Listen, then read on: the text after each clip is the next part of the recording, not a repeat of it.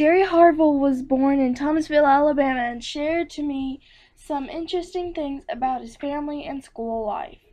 He said that his family had holiday things like Christmas and Thanksgiving, and his mother had a family recipe for the dressing.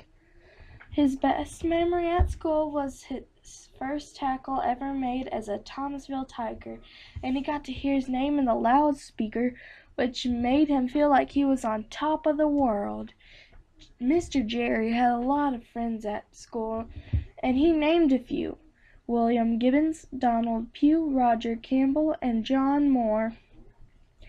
He had a lot of pets, like a dog named Gal, who only lasted a while, a cat named Mooch, and his father named her Mooch because her meow sounded more like a mooch.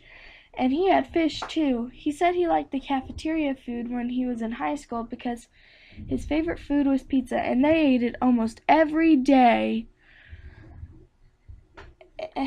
At school, in the first, second, third, and fourth, report cards were good, but when he became a teenager, his grades went down, but he got by.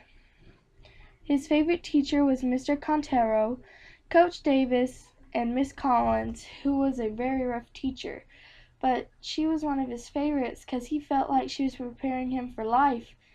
His church was started in his very house, and the man who preached in that house was named T.C. Hardy, and T.C. Hardy even had his first sermon in Mr. Jerry's house. During the summer, he worked at his school and went to school at the same time. His favorite vacation was with his family at Nashville to the old Opry,